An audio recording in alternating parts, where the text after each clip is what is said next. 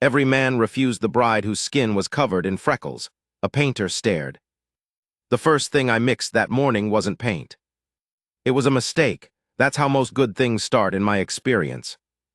I'd run out of the burnt sienna. I needed to finish the canyon wall, the one behind Dobbs's livery, the long stretch of red stone that caught the late sun in a way that made your chest feel something you didn't have a name for.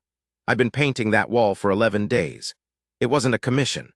Nobody in Harlow, New Mexico, paid a man to paint the rocks. I did it because I needed to, the way some men need a drink first thing or need to put a fist through something. I needed to look at a thing hard enough to understand it, and the only way I understood things was by painting them. So I was low on sienna, and I went to Creel's Dry Goods, which is where I made the mistake, or where the good thing started, depending on how you're inclined to count. She was standing at the far end of the counter with her back to me when I came in. I noticed her the way you notice weather, not because you mean to, just because it's there and it has weight. Tall woman, dark hair pinned up crooked, one piece hanging, a dress the color of old straw. She was looking at something in her hands, some bolt of fabric, turning it over slow.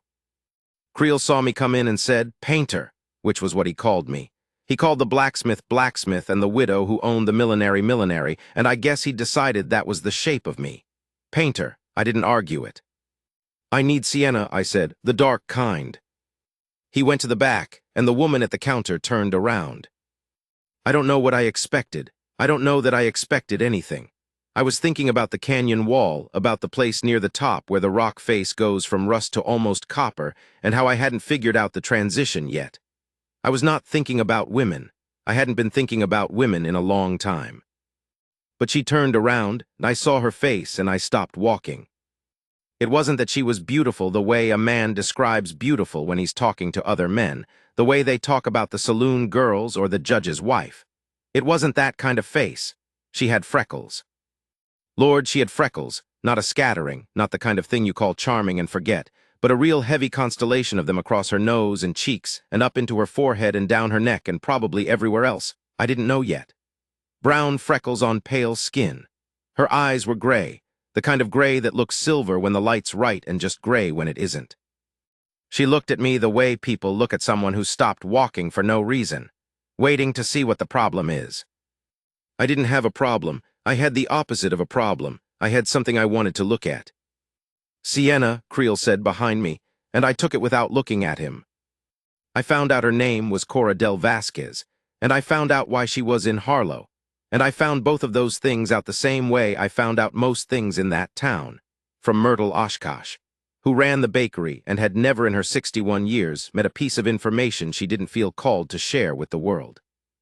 Cora Vasquez had come to Harlow as a mail-order bride.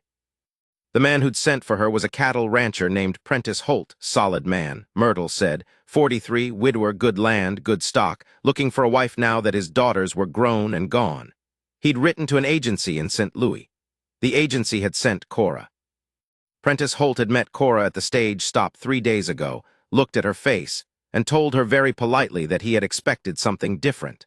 That was the word Myrtle used, relaying it with the particular tone Myrtle used when she was pretending she wasn't enjoying herself. Different. He'd put her up at the hotel and gone back to his ranch and hadn't been back. She was still here. Myrtle didn't know why exactly. Couldn't go back to St. Louis maybe, no money for the return stage. Couldn't go forward because there was no forward. She'd come here for a reason, and the reason had looked at her face and gone home. I listened to this and bought a loaf of bread I didn't need and went back to the canyon wall. I painted for 2 hours and I thought about the copper-rust transition, and I did not think about Cora Vasquez. Then I put my brush down and thought about Cora Vasquez for a while, and then I picked up my brush again. There's a thing that happens when you paint a lot, when you've been doing it a long time. You stop seeing things the way other people see them. Other people look at a sky and see blue. I look at a sky and see 27 separate things happening at once, the undertone and the overtone, the way the color shifts near the horizon, the weight of the light coming from the left side. I see the parts of things. I see the texture of things that other people skim past. I could see that her freckles were not one color. That's what stopped me in Creel's. That's what I was thinking about against the canyon wall that afternoon. They were 3 colors at least, some dark brown, almost coffee, clustered at the bridge of her nose. Some lighter, more coppery, spreading out toward her ears, and some so pale they were almost just a suggestion, like a rumor of something at her temples. And underneath all of it, her skin had a luminous quality, the kind of pale that isn't washed out but radiant, the way the sky looks right before dawn when there's still dark in it but something's starting. Prentice Holt had looked at her face and seen something wrong. I'd looked at her face and seen about 45 hours of work I desperately wanted to do. I did not go talk to her that day. I want to be honest about that. I'm not a man who does things easy or fast when it comes to people. Painting is easy. You have a brush and a surface, and the problem is right there in front of you. People are different. The problem with people is that you can't always tell where the canvas is. I went back to my place, which was a 2-room adobe at the east edge of town that I rented from a man named Gervasio Torres for $4 a month. It smelled like linseed oil and the ghost of 10,000 other men's cooking. I had 2 windows, one facing east and one facing south, and the south one was the one I worked by. And I had stretched canvases stacked against every wall and rolled paper on every flat surface, and the general aspect of a man who had too many things happening in his head, and not enough room for them. I mixed colors that night. I wasn't supposed to be mixing anything. I was supposed to be finishing the canyon wall, but I sat down with my palette and I started mixing just to see if I could get it. That particular pale with warmth underneath. The copper freckle color. The darker ones. I couldn't get it that night. I got close. Her name in her own voice sounded different than it did in Myrtle's. Rounder. She introduced herself to me the second time I saw her, at the well by the church on a Tuesday morning, because I had apparently been standing near the well long enough to seem like I was waiting to talk to someone, even though I'd really just been thinking. Cora Vasquez, she said, and put out her hand the way men do, straightforward, no hesitation. I shook it. Emmett Crail, I said. I know who you are, she said. You paint things. I do. Why the rocks? She asked. It was direct, no lead-up, the way some people talk when they've been thinking about something and have decided there's no point in walking around it. Why not portraits? People pay for portraits. People pay for portraits of how they want to look, I said. The rocks look exactly how they look, there's no argument. She thought about that, a long moment not filling it, just letting it be. I noticed she did that, let silences be what they were without rushing to paper over them. That's true, she said. I found out later she was 28 years old and had come from St. Louis by way of Kansas City, and before Kansas City she'd come from a place in Ohio that she didn't talk about much. She'd been a school teacher for 4 years. She'd answered an agency advertisement because, and this she told me 2 weeks later, sitting on the step outside my place, eating the bread I'd bought from Myrtle because she wanted something solid. Not romantic, not adventure, not a story. Something solid and real, a life with a foundation under it, a piece of land she could see from the window every morning. Prentice Holt had had the land. He just lacked the capacity to see a thing past what he expected it to be. I didn't say that, I thought it. I was getting better at not saying everything I thought around her. I want to tell you what Harlow was like in those years, because you need to understand the shape of the place to understand what happened in it. Harlow was a cow town that was slowly forgetting why it had been founded. The cattle drives that had built it were thinning out, the railheads were moving, the ranges were fencing, and the men who had money were sending it elsewhere. There were maybe 300 people in the town proper and another few hundred scattered on the ranches and homesteads around it. It was not an unkind place, but it was not a generous one either.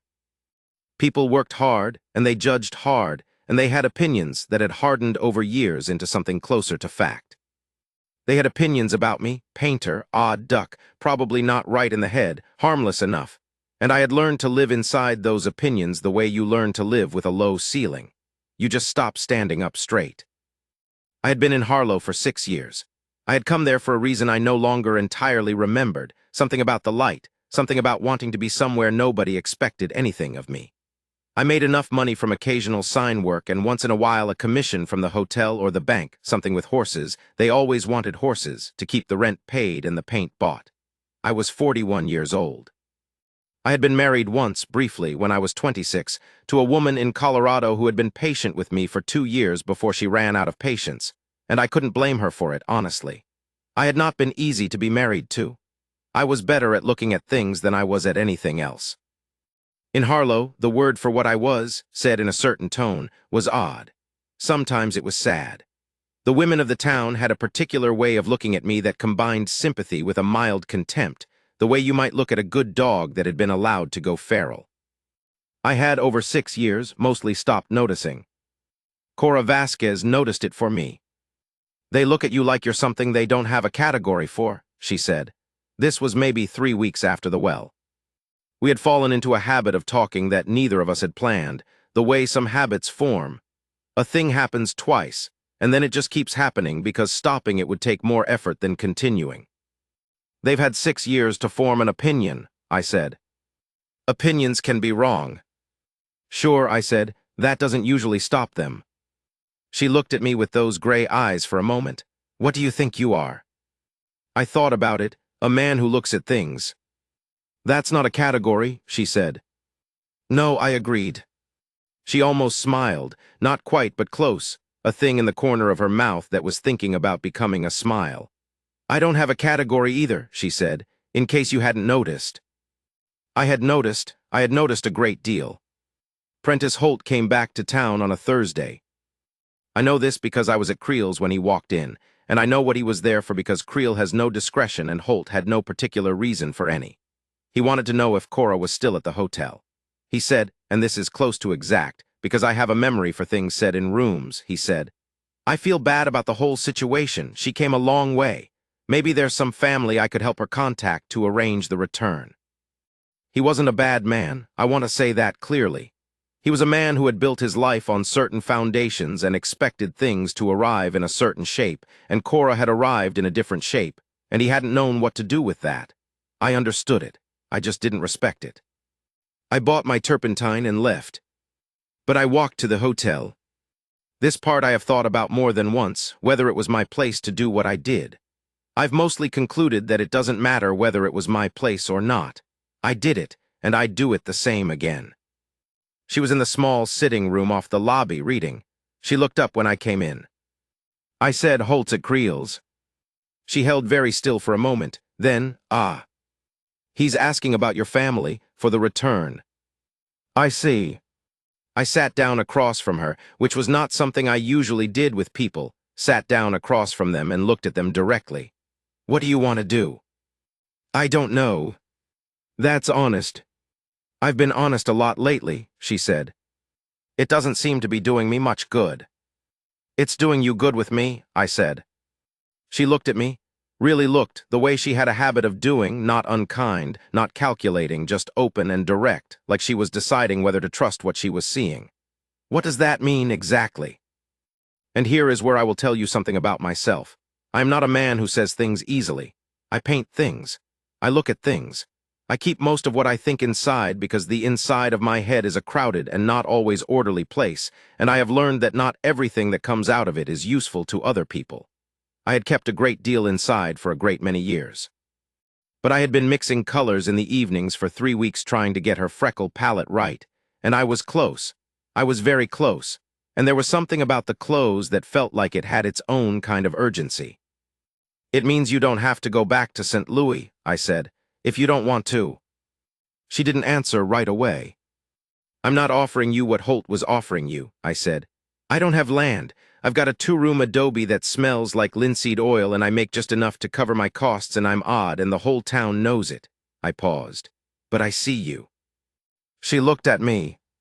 "I see you," I said again, and I meant it the specific way I meant it, the painter's way. The way of a man who has spent 3 weeks trying to understand a thing by looking at it very hard. Not just a woman who'd been turned away. Not the freckles as a problem to be overlooked or forgiven. The whole thing, the whole particular person. Her chin moved, just barely. "That's a strange thing to say to someone," she said. Yes, I agreed. The sitting room had a window to the south. The afternoon light was coming through it sideways, the good late light, and it was landing on the side of her face, and the freckles were doing the thing I'd been trying to paint, going from copper to dark brown to pale, the constellation of them, the luminous white underneath. I probably looked like a lunatic, sitting there watching the light on her face. She said, "I'd want to know more about the adobe." "It's got 2 windows," I said, "one east, one south." "Good light." "For painting." "For living in," I said. But yes, for painting too. I want to tell you about the weeks between that sitting room and the rest of our life, because they mattered, and because the way things go between people when they're being careful and honest is something I think is worth saying plainly. She moved to a boarding room at the Garcia's place. Not the hotel, which she could no longer afford, and not my adobe, not yet. And she began, as it turned out, to teach. There were 11 children in Harlow who had no schooling to speak of, and Cora went to 3 separate households and explained to 3 separate fathers that she was a schoolteacher with 4 years of experience, and that their children were going to fall behind the rest of the territory if something wasn't done. And by the end of the week, she had 11 students in the back room of the Lutheran church and a formal arrangement with the town council for a salary. The town had opinions about this, which meant Myrtle had opinions about this, which meant I heard about them. Some said it was forward of her, some said it was necessary. Some said it was a shame about her face because she was otherwise put together. I painted the canyon wall and said nothing and walked to the Lutheran church most afternoons and sat on the step while she finished up with the children and we talked. About everything and nothing. About Ohio and why she'd left. About Colorado and why I'd left. About paint, which she had more opinions on than I'd expected. She'd had a watercolor teacher at 16 who told her she held the brush wrong, and she'd apparently spent 20 years irritated about it and was ready to settle the question once and for all. I gave her a brush one afternoon, and she held it wrong and painted something remarkable. "You're holding it wrong," I said. "And yet," she said. I laughed. It surprised me. I don't laugh that often. It came out rough, like something that hadn't been used in a while. She looked at me when I laughed, something in her face. "What?" I said. "Nothing," she said. But she was smiling, properly this time, not the corner of the mouth almost smile, but the real thing, and it changed her face entirely. I went home and mixed colors. I stayed up until well past midnight. I got it. 6 weeks after the sitting room, she came to the adobe on a Sunday morning. I'd made coffee. I'd been expecting her, not that she'd told me, but I had a feeling the way you sometimes do about things. She stood in the doorway for a moment, looking at the canvases on the walls. There were 3 finished ones and a dozen in various states, and 3 or 4 that were just color experiments, nothing finished. And there was the one I'd been working on for a month, her face. It was just the face, slightly larger than life. The freckles, all 3 colors of them, the gray eyes, the way the light had been coming from the south window that afternoon in the hotel sitting room. She saw it. She stood there for a long time. I handed her the coffee and didn't say anything, because I had said the thing already in the sitting room, and this was the same thing said a different way, and I didn't think it needed more words on top of it. She said, "That's how I look." "Yes," I said. "Nobody's ever," she stopped. "Looked at you." She glanced at me sideways, looked at me and made it feel like a gift. I wasn't sure I had an answer for that, but she stepped inside, which was answer enough. We were married in October, in the Lutheran church, with Reverend Cast performing the ceremony and Myrtle Oshkosh crying loudly in the 3rd pew, even though she had expressed multiple opinions about the whole arrangement over the preceding weeks that were not especially optimistic. Gervasio Torres stood up with me because he was the closest thing I had to a friend, and one of Cora's students, a girl named Paloma, stood up with her, which had apparently been the girl's own insistence and was, Cora said, the most Paloma thing that had ever happened. Prentice Holt sent a letter, formal, proper, wished us well. He meant it, I think. He had found a woman from Kansas City by then, according to Myrtle, and she was apparently everything he had hoped for. I had no bad feelings about Prentice Holt. He had looked at Cora's face and seen the wrong thing, and that was a failure of his vision, not a failure of malice. The world is full of men who see the wrong thing. I had been the wrong thing to a lot of people for a long time. I understood it. I just didn't let it be the last word. The thing about the last word is you have to get to it yourself. Nobody gives it to you. I want to say something about being seen, because it is the center of everything I'm telling you, and I want to say it right. I had spent a lot of years being the odd duck, the painter, the man with no category, and I had learned to live in that the way I said, stopping standing up straight because the ceiling was low.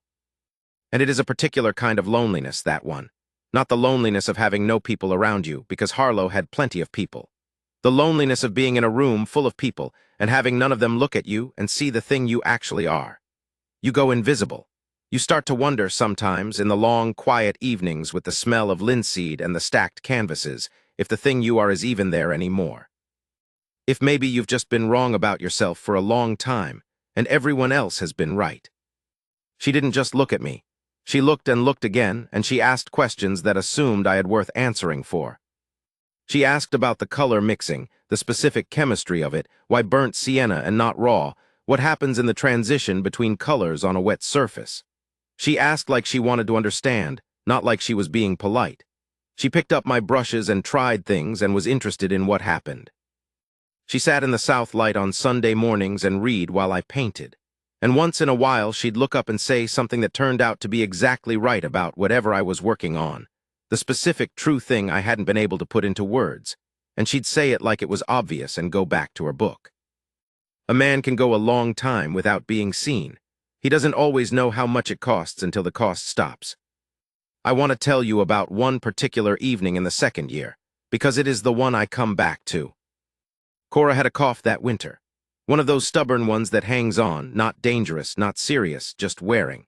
She coughed through November and into December, and I made her drink the hot tea with the honey Gervasio's wife swore by, and I moved the bed close to the south wall where the adobe held heat the longest, and I watched her when she slept, because I am, above all things, a man who watches.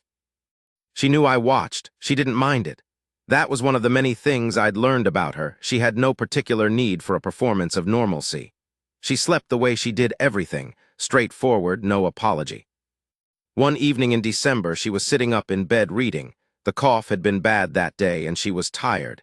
And I was in the other room finishing up some sign work that needed to be done by morning, and I heard her put the book down. I came to the doorway. She looked at me. The lamp was burning low, and the light was the warm copper kind, and it was catching the freckles the way light does when it's low and warm, everything sharpened, deepened. The pale luminous underneath showing through. She said, "Come sit down." I came and sat on the edge of the bed, and she reached up and put her hand on the side of my face, just held it there. Her hand was warm. The cough had left her eyes bright in the particular way that fevers do, but it wasn't a fever, it was just something in her, some quality she had. "You're a good man," she said.